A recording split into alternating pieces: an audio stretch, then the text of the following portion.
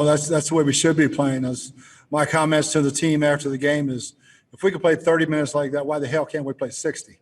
And it's frustrating. The first third down, we're off the field. We miss a tackle on a check down to a back, and the whole game changes. And we get blown up on a screen pass and lose, 15 yards on a screen pass that we catch, which kills the first drive. But, yeah, I couldn't be prouder of our guys. We talked about it at halftime. We got the ball. Go make something happen. I was not real happy that they went back and scored and answered it. But then, we were able to score every time we touched it in the second half, I think, and until the end, and finish it off. And defense came alive, and, we kind of figured them out, and pass rush started getting home.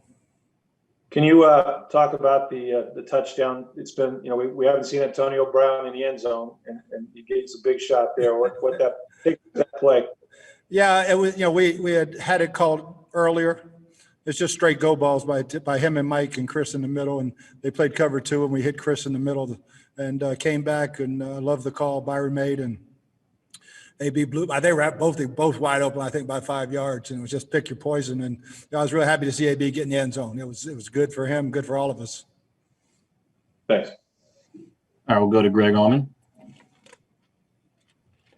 Bruce, defensively, obviously you talked about giving up the one score, but to see the defense step up in the second half, especially some of the sacks and the pressure on third down, what they did to help facilitate the offensive comeback you had. Yeah, like I said, I was not happy when they answered the drive with a touchdown. Then we figured it out, started playing pretty good, and they made the one drive, but overall, the fourth quarter is when we really played well, I thought, defensively, and got him on the ground, got him back there.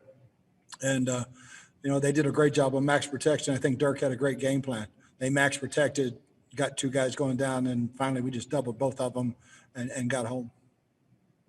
Thanks, Bruce. You bet. All right, we'll go over to Joey Knight. Coach, can you speak specifically to Devin White's 2 sacks and what that did for you in a critical stretch? Yeah, a situation where he had the back man to man, they were max protecting, so it gave us another free rusher, and he found 2 gaps, and he's so quick. When he sees a gap, man, he can shoot it, and got him on the ground both times. They were big sacks. All right, we'll go to Scott Reynolds. Hey, Bruce, just curious if that last first down had come up short on 4th and inches, would you have kicked the field goal there? No, we'd have gone for it. Okay. Kicking a field goal gives them 2 opportunities to score, block the kick and run it back on the kickoff. We'd have gone for it on 4th down right there, and there'd only been about, I think, 18 seconds left. Okay. Also, I noticed Todd switched to a lot more man coverage in the second half, especially in the fourth quarter. Just talk about what difference that made in shutting down the Falcons receivers and allowing your defense to get home with Ryan holding on to the ball a little bit longer. Yeah, we played a lot of 2-man and different ways of playing 2-man. We had 2 deep safeties and everybody's playing man-to-man. And then they kept the back end, what was letting Devin free to blitz. And he found some good creases and got home. Thank you, Bruce. You bet. All right, we'll go to Jenna Lane. Hey, Coach, your team has not been known historically for second half comebacks, and Tom's led 3 of them this year. What is it that allows him to be able to do that? What is it about his mental makeup that allows him to be able to come back from really poor starts in games? He's just a winner. He knows how to do it. And I don't know about my history, but if you're talking about last year, but Tom he's always been a fourth quarter player. And we won a lot of games in Arizona in the fourth quarter, so it's kind of what we expect to do. Yeah, I meant before you had gotten to Tampa, but switching gears a little bit to Antonio Brown and that touchdown there. Some critics had said they felt like your offense and your team was better off without him. What can you just say about his performance and the work and the contributions that he's made, the last several weeks? He's done a good job. I mean, he's doing the best with his opportunities. Really glad to see him get in the end zone. He's been doing extremely well, and we got a bunch of guys, Tyler, Scotty. We've got some really good receivers. So, but he's playing well. Thanks, Coach. You bet. I will go to John Romano. Hey, Bruce, you mentioned that you said to the players, why can't you play like that for 60 minutes instead of 30? Can this team win games in the postseason if they continue to play this way? That's what I talked to them. We lost to the Chiefs and the Rams by 3.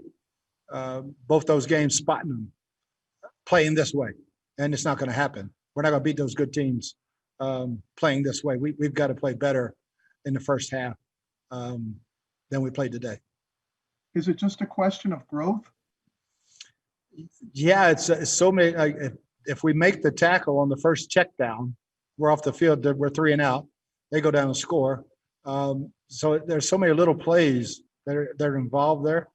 But defensively, we shouldn't need growth. We should be ready to play. And we're giving up way too many scores with the first possession. All right, we have time for a few more. We're going to go over to Greg Allman. Bruce, again, these comebacks are only possible if you have a clean game offensively. So I want to ask you again about a lack of turnovers, an overall lack of penalties as well, and just how much that helps make such a comeback possible. Oh, you got no chance. If you start having penalties, and we had the one penalty on the punt return, that lost some field position for us. But it's huge. Our discipline is paying off for us. And we do dig holes, but we stay disciplined and we find ways to win. All right, we're going to close out with a question from Rick Stroud and one from Scott Reynolds. Bruce, you tie the game there, and then they go back down the field. It looks like they got a touchdown to Ridley, but can you talk about the play that Winfield made in the end zone? Great job. He had a hell of a break on that ball, but Ridley had come all the way across the field, and Twan beat him across, and just he's a heck of a player. I mean, he read his eyes. He saw where he was going. That ball was going to be in the air for a while, and he didn't panic. A lot of times DBs will panic, and they can't run as fast. He doesn't panic. He just goes and makes a play. I was a little disappointed. We dropped a couple interceptions in that one drive too that, man, they could have changed the game a lot. Thanks. All right, our last one's going to come from Scott Reynolds. Hey, Bruce, just wanted to see if there was any type of update on Carlton Davis. I know he's got a groin injury. Is that severe, or we just not know yet? We don't know yet. We'll wait and see. He's had some problems with it in the past and tightened up on him at halftime. But really, really proud of the guys that jumped in and stepped up. Thank you, Bruce. You bet. All right, that's all for today. Thanks, Coach. Thanks, guys.